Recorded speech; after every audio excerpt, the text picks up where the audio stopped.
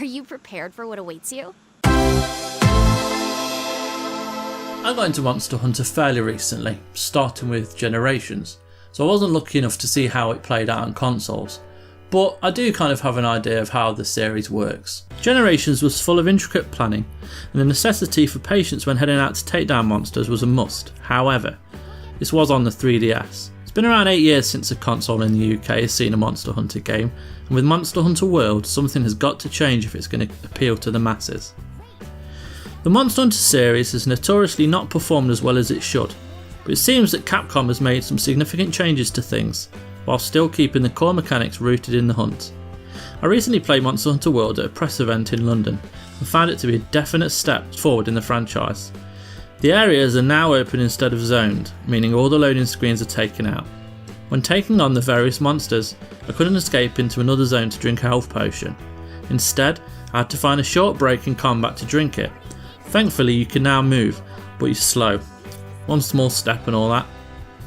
Ryozu Sugimoto, the game's producer, told me that the ecosystems will play a huge role in gameplay, and how important it was to pay close attention to the way the monsters act within them.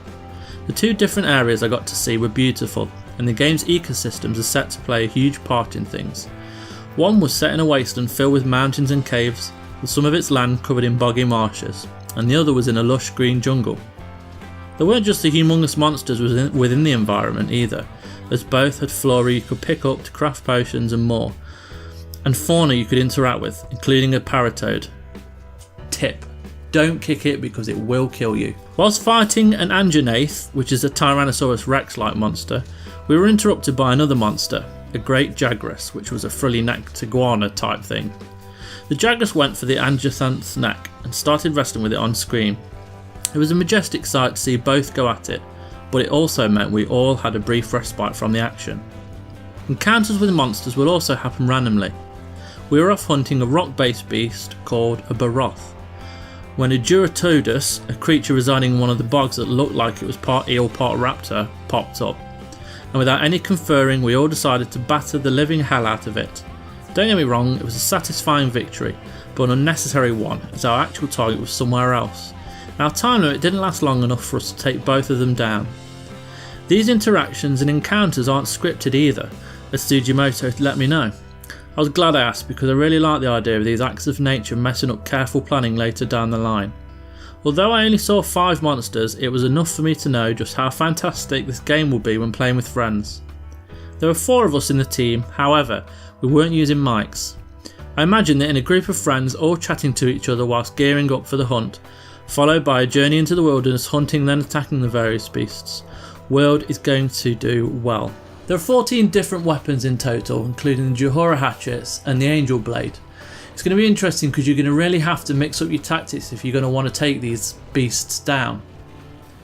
Some weapons are slow but do much more damage, however, using these against a faster monster can be fatal.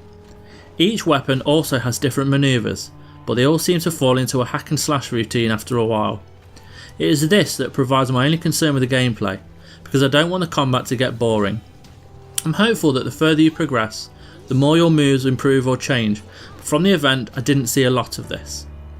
Monster Hunter World is all about hunting monsters, harvesting them, then using what you recover to craft better stuff.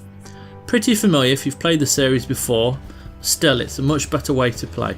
You don't have to worry about XP or levelling up. It's all about making your weapons better, or armour, and the rarer kill, the better the drop. Ryozo Sugimoto told me the gear you could collect from multiplayer fights can be used in your own single player game, something I was pleased to hear.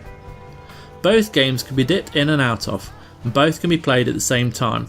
Sugimoto was keen to mention Monster Hunter World is about jumping in out of both modes, mainly to help gamers give a much more rounded experience than before. Older multiplayer elements in previous games expected you to know the main game before dabbling with it, but in Monster Hunter World the tutorials and learning curves flow succinctly together. It isn't long until Monster Hunter World releases, and with the versatility I've seen in taking the different monsters down, it seems like it could really provide a great multiplayer experience. Only time will tell how versatile it becomes when the combat may become repetitive or whatnot, but we'll see. I mean, there's a lot to look forward to and I'm very excited after the time I spent with it. Thanks very much. I'm Chris White from God is Geek.